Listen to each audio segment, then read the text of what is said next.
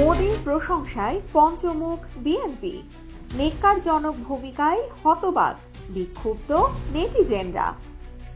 শহীদ president Ziaur রহমানের কালজয়ী নেতৃত্বে ভারত বিরোধী সেন্টিমেন্ট নিয়ে যাত্রা শুরু করা বিএনপি দেশপ্রেমিক জনগণের মাঝে ব্যাপক জনপ্রিয়তা অর্জন করেছে। কিন্তু গত বছরের 5 আগস্ট ভারতের দালাল ফ্যাসিস্ট আওয়ামী লীগের পতনের 7 মাস পর ভারত ইস্যুতে মির্জা ফখরুল ও তার অনুসারীদের নেককারজনক ভূমিকা নিয়ে ব্যাপক উদ্বেগ উৎকণ্ঠা দেখা দিয়েছে সামাজিক যোগাযোগ মাধ্যম জুড়ে। দলটির কিছু শীর্ষ নেতার হঠাৎ করে উগলে ওঠা ভারত প্রেম সাথে আওয়ামী লীগের ভারতীয় দাসত্বের বিকল্প হয়ে ওঠার প্রকাশ্য প্রচেষ্টা ব্যাপক ক্ষুব্ধ ও হতবাক করেছে দেশপ্রেমিক বাংলাদেশিদের। ইদানিং প্রায়ই দলটির মহাসচিব মির্জা ফখরুল ইসলাম আলমগীরকে ভারতের সুরে কথা বলতে শোনা যায়, ভারতকে খুশি রাখার নীতি মেনে চলতে দেখা যায়। দিল্লি ফ্যাসিস্ট হাসিনাকে আশ্রয় দিলেও তা নিয়ে তেমন একটা মাথা ঘামাতে দেখা যায় না তাদের। বিএনপির এসব নেতার ভাব এখন এমন যে হঠাৎ শত্রু ভারত বাংলাদেশের বন্ধুতে পরিণত হয়েছে। এদিকে সম্প্রতি চীন সফরকালে ডক্টর ইউনূস মন্তব্য করেছিলেন, ভারতের 7 সিস্টার্স নামে পরিচিত 7টি রাজ্য সম্পূর্ণরূপে স্থলবেষ্টিত। সমুদ্রের সঙ্গে তাদের যোগাযোগের একমাত্র অভিভাবক বাংলাদেশ। প্রধান উপদেষ্টার এই মন্তব্যকে ঘিরে ভারত জুড়ে তীব্র প্রতিক্রিয়া দেখা দেয়। এ বিষয়ে ত্রিপুরার রাজনৈতিক দল টিপরা মোথার প্রদোত মানিক্য আর আসামের মুখ্যমন্ত্রী হিমন্ত বিশ্ব শর্মা স্বাধীন সার্বভৌম বাংলাদেশের বিরুদ্ধে ঔদ্ধত্যপূর্ণ মন্তব্য করতেও দ্বিধা করেননি।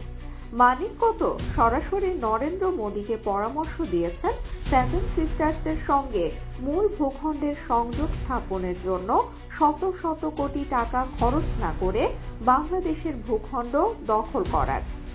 গুরুতর এই ইস্যুতেও বিএনপির শীর্ষ নেতাদের কোনো প্রতিবাদ করতে দেখা যায়নি।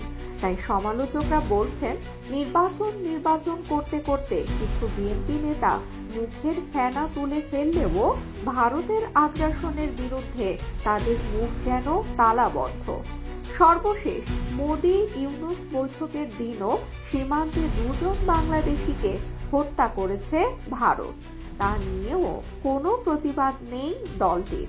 হঠাৎ করে ভারত ইস্যুতে যেন বোবা হয়ে গেছে তারা।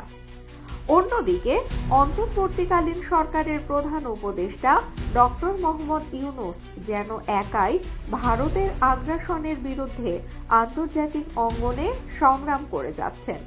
দুর্ভাগ্যজনকভাবে এসব ক্ষেত্রে বিএনপি সহযোগিতা না করে উল্টো নির্বাচনের জন্য চাপ সৃষ্টি করে ডক্টর ইউনূসকে যেন ভারতীয় পরিকল্পনায় কোণঠাসা করে রাখতে বদ্ধপরিকর, এমন মন্তব্যই করছেন অনলাইন অ্যাক্টিভিস্টরা। সর্বশেষ বিমস্টেক সম্মেলনের ফাঁকে ডক্টর ইউনূস ও ভারতের প্রধানমন্ত্রী নরেন্দ্র মোদীর বৈঠকে মোদীর কাছে হাসিনাকে ফেরত যাওয়ার পাশাপাশি তার বিরুদ্ধে বিদ্বেষমূলক কথাবার্তা ছড়ানোর অভিযোগ তুলে তাকে থামাতে বলেন প্রধান উপদেষ্টা।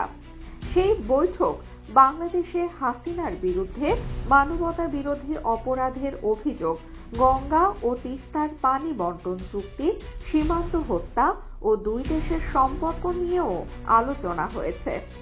5 আগস্টের পর বাংলাদেশের সংখ্যালঘুদের ওপর সাম্প্রদায়িকভাবে কোনো আঁচ না লাগলেও কথিত সংখ্যালঘু নির্যাতন ইস্যু ডক্টর ইউনূসের কাছে উত্থাপন করেন মোদি।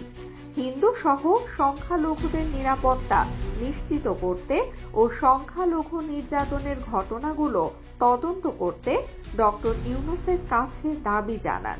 এ বিষয়ে প্রধান উপদেষ্টা সাফ জানিয়ে দেন, সংখ্যালঘু নির্যাতনের খবরের বেশিরভাগই ভুয়া। সংখ্যালঘু নির্যাতনের অভিযোগ অনুসন্ধানে ভারতীয় সাংবাদিকদের তিনি আমন্ত্রণও জানান। এদিকে ডক্টর ইউনূস মোদির বৈঠকের আলোচনার বিষয়বস্তুগুলো ভালো করে না পড়েই হুট করে ভারত প্রেম জাহির করেন বিএনপি মহাসচিব। তিনি বলেন, বিমস্টেকে সাইডলাইন বৈঠক হয়েছে, এটা খুব আনন্দের কথা। আমরা মনে করি যে ভূ রাজনীতি এবং বর্তমান বিশ্ব রাজনীতির যে প্রেক্ষাপট এবং বাংলাদেশ ভারতের সেই অঞ্চলের যে প্রেক্ষাপট, সেই প্রেক্ষাপটে আমাদের প্রধান উপদেষ্টা ডক্টর ইউনূস এবং ভারতের প্রধানমন্ত্রী মোদি সাহেবের বৈঠকটা আমাদের সামনে একটা আশার আলো তৈরি করছে। মির্জা ফখরুলের এই মন্তব্যের পর ক্ষোভে ফেটে পড়েন নেটিজেনরা। ফেসবুক ব্যবহারকারী আবু মোহাম্মদ মোদি তাসনের বিরুদ্ধে ক্ষোভ জানিয়ে লিখেছেন, মির্জা ফখরুল ও বিএনপি যে নিশ্চিত ভবিষ্যৎ ইন্ডিয়ান দালালি করবে, এটা তার এই বক্তব্য থেকে সুস্পষ্ট। তারা ক্ষমতায় আসার জন্য ইন্ডিয়ার দিকে তাকিয়ে আছে, জনগণের প্রতি বিন্দুমাত্র আগ্রহ নেই তাদের।